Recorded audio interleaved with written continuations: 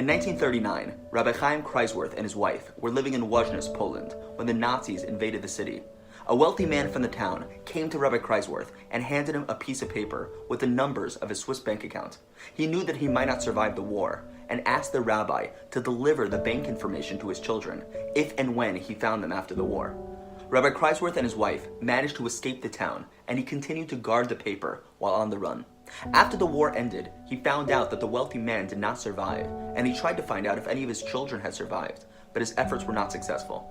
Rabbi Kreiswirth and his wife eventually moved to Belgium, and he served as the rabbi of Antwerp. 20 years later, while he was teaching in the synagogue, an unkempt beggar walked in, sat down at the end of one of the benches, and asked people for money as they came and went. Rabbi Kreiswirth handed him some money and asked him his name and where he came from. When the beggar responded, Rabbi Kreiswirth turned white. He could not believe it. This poor man was the wealthy man's child. Just to be sure, he asked the fellow questions about his family until it was clear that he was indeed the man's son.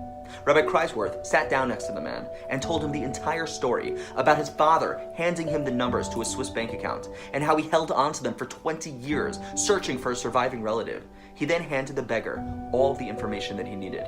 The man could not believe his eyes. He stared at the numbers and thanked Rabbi Kreiswirth profusely for all he had done for his father and now for him. For 20 years, while this beggar wandered in torn and ripped clothing, begging for food and sleeping on park benches, he was actually a very rich man. He had millions of dollars waiting for him in a Swiss bank account, but he had no idea this treasure existed. If only he had known about the treasure earlier, he could have lived those years of his life completely differently. The same is true for many of us. Some people walk through life unaware of the treasure within, that they have a godly soul. All we need is the secret code to gain access to our inner treasures. That secret code is called the Torah. And by unlocking its secrets, we can unleash our untapped potential.